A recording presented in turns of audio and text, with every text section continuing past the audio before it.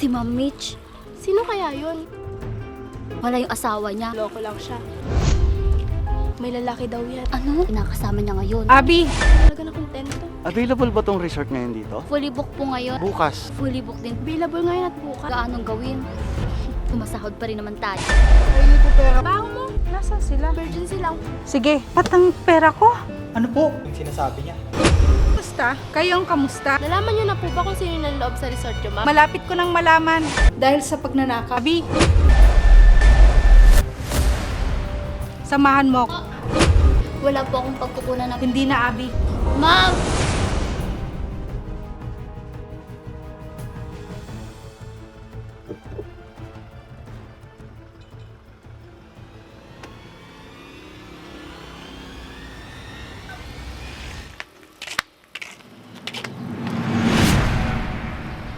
Uy, Raizel, si Ma'am Mitch. May kasama na naman na lalaki. Sino kaya yun?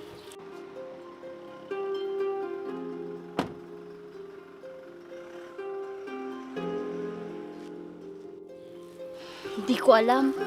Palibhasa kasi, wala yung asawa niya. Kaya iba na naman kasama niya. Kaya nga, kawawa naman yung asawa niya. Niloloko lang siya.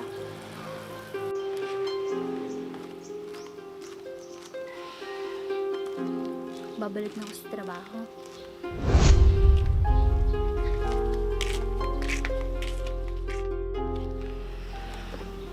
Uy, Abby. Bukod pala sa kasama ni Ma'am Mitch kanina. May lalaki daw yan. Ano? Oo nga. Uy, saan mo naman nabalitaan yan? Sinabi lang ng kaibigan ko. Talaga ba? Nabalitaan ko nga din. Itong resort na to, binigay lang ng kinakasama niya ngayon.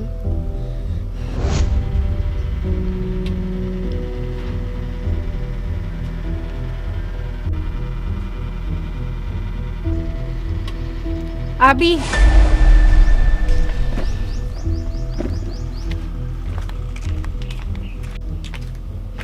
Ano po yun, ma'am? Abi, aalis na muna ako. Ikaw na muna ang bahala dito.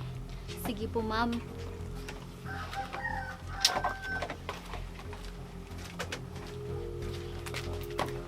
Uy, Abby. Saan daw pupunta si Ma'am Mitch? Ewan ko. Wala naman siya sinabi. Baka makikipagkita na naman sa lalaki niya. Di na talaga na kontento.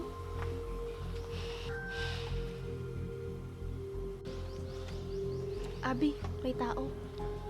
Sandali lang.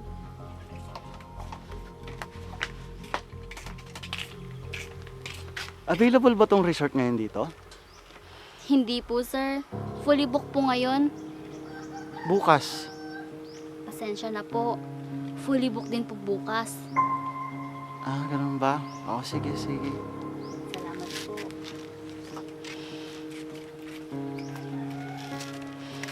Uy, Abby. Available ngayon at bukas. Hayaan mo na. Para sa iba siya pumunta. Bakit naman? Basta. Para wala tayong gaanong gawin. Tutal, wala naman si Ma'am Mitch. Oo nga, no? Kahit wala tayong guest, sumasahod pa rin naman tayo. Sa bagay. Tara, inaantok ako. Makaidlip na muna. Tara nga, ako din.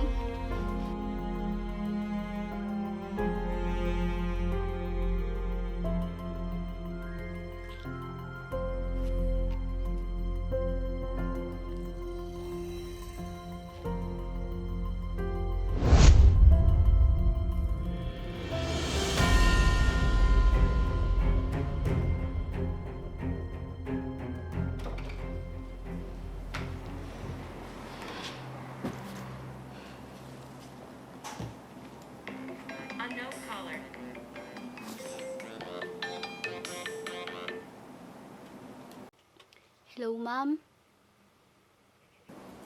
Kamusta naman ang kita natin ngayon dyan? Maayos naman po, ma'am. Siya nga po pala, ma'am. Pwede po ba akong paalam sa inyo? Bakit, Abi? Kasi po, ma'am, may pupuntahan po ako bukas. Baka hindi po ako makapasok. Ganun ba? Hindi bale. Nandyan naman si Rysel. Opo, salamat po ma'am.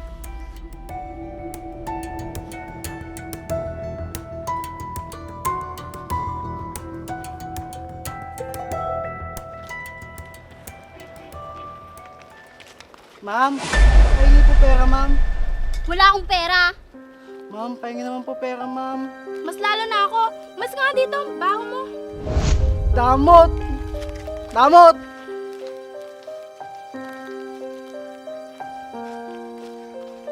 Ma'am Mitch, pahingi po pera, ma'am.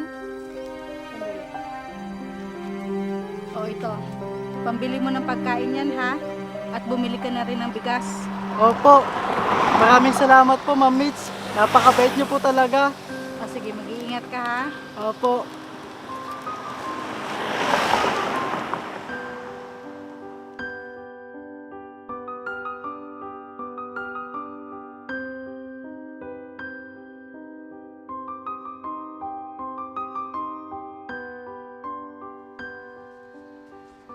Bakit walang tao dito? Nasaan sila?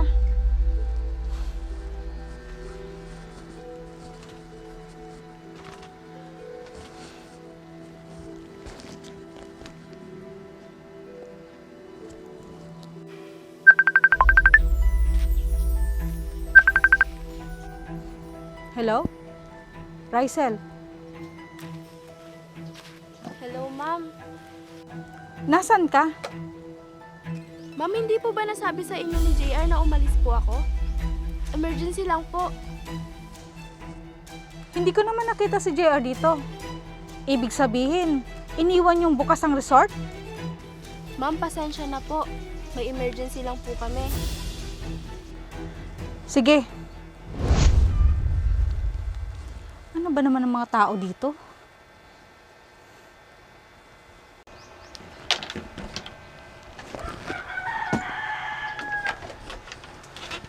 Hala. Yan ang loob yata dito. Nawala na lahat ng pera ko. Diyos ko. Bakit nangyari to?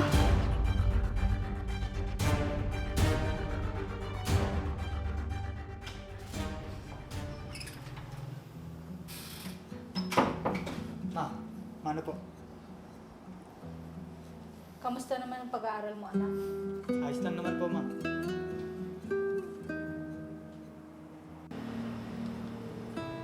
Ma, bakit parang malungkot ka? May problema lang sa resort, anak. Nanakawan ako. Nakuha ang ibang mga gamit doon. Ano po? Anong sabi nila Abby at Rysel?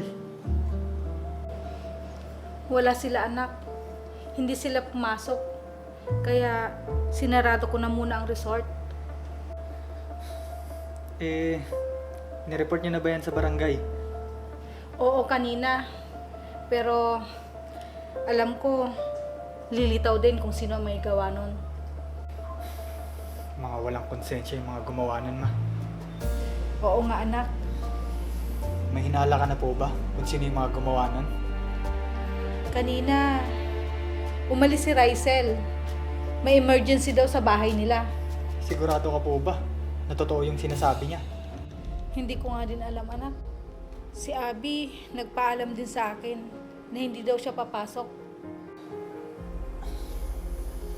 Nasaan yung tauhan yung si Tito JR? Di man lang ba niya nakita kung sino yung pumasok o nanloob dun sa resort? Hindi daw, anak. May ginagawa daw siya sa likod ng resort. May inaayos siya doon. Ayahan niyo po, ma. Malalaman din natin ang totoong nanloob sa resort. Oo, anak. Lilitaw din yun kung sino man siya.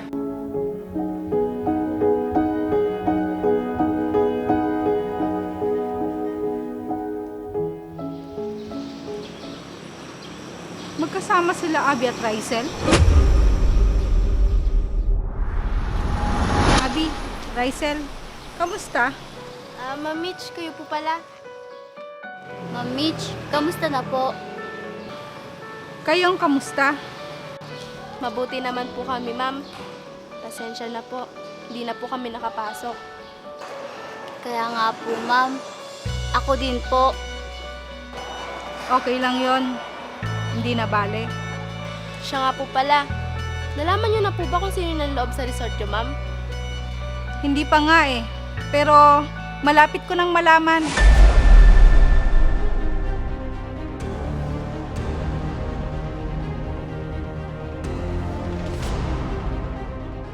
O siya, sige na. Mauna na ako sa inyo.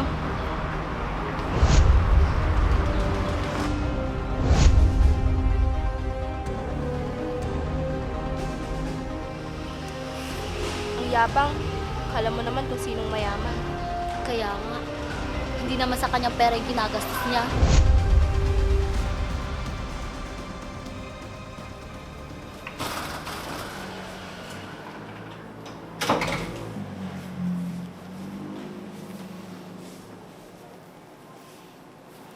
Alam ko, may kapatid si Abby na dating nakulong dahil sa pagnanakaw.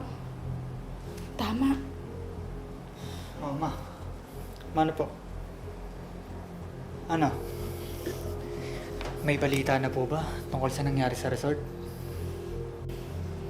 Wala pa, anak. Pero may naalala ko.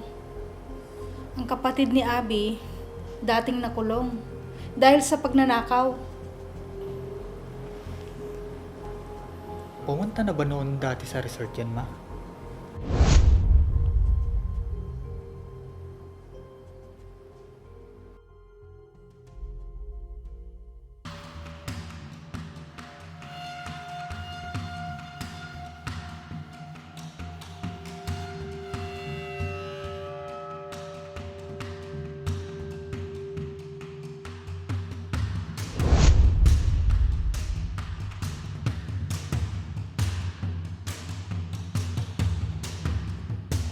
Abby!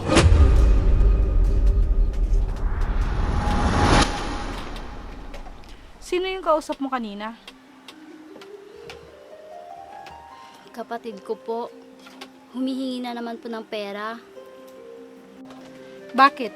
Wala ba siyang trabaho? Wala po, ma'am. Kakalabas pa lang po niya sa kulungan. Kaya naghahanap pa lang po ng trabaho. Ah, ganun ba? O sige. Opo, ma'am. Sige po.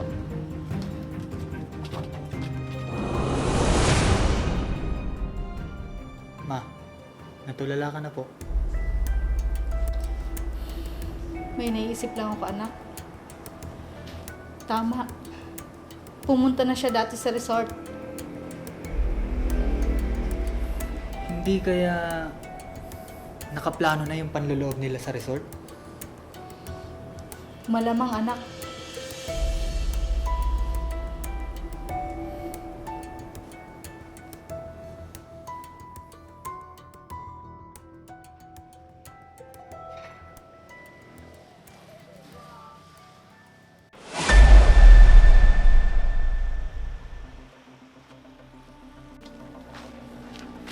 Oh, kuya. Anong ginagawa mo dito? Ma'am, may sasabihin po sana ako sa inyo. Ano yun? Ano po kasi? Ganito po yun.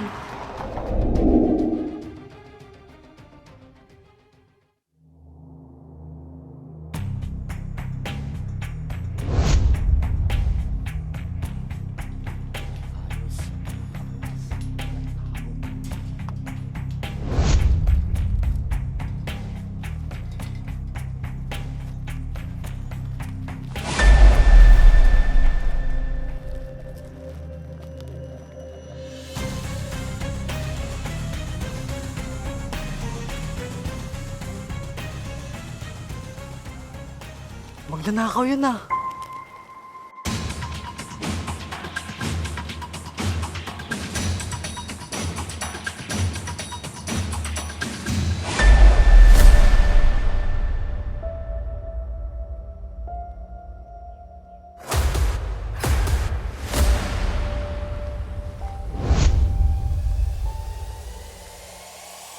Nakilala mo ba kung sino sila?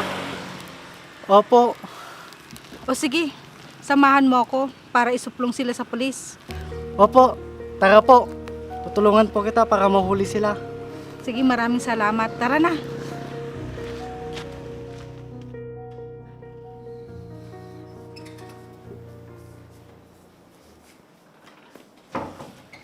Ma, nahuli na rin sa wakas ang mga magnanakaw. Oo nga, anak.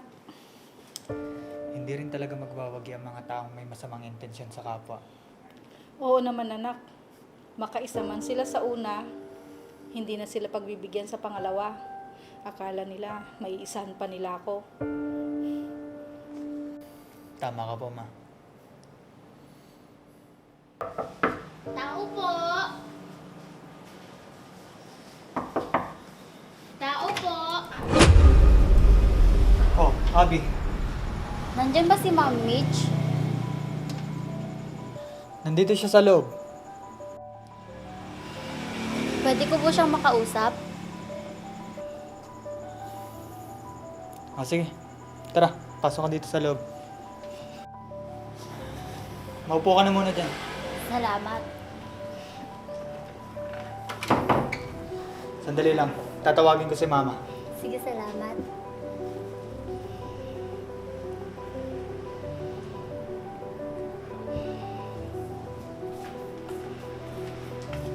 Oh, Abby, Ma'am Mitch.